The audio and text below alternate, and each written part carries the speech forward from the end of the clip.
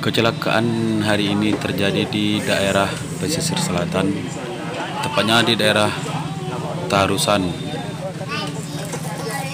Kita lihat motor dan mobil pribadi yang saling tabrakan. Dikabarkan motor berasal dari kota Solo ya.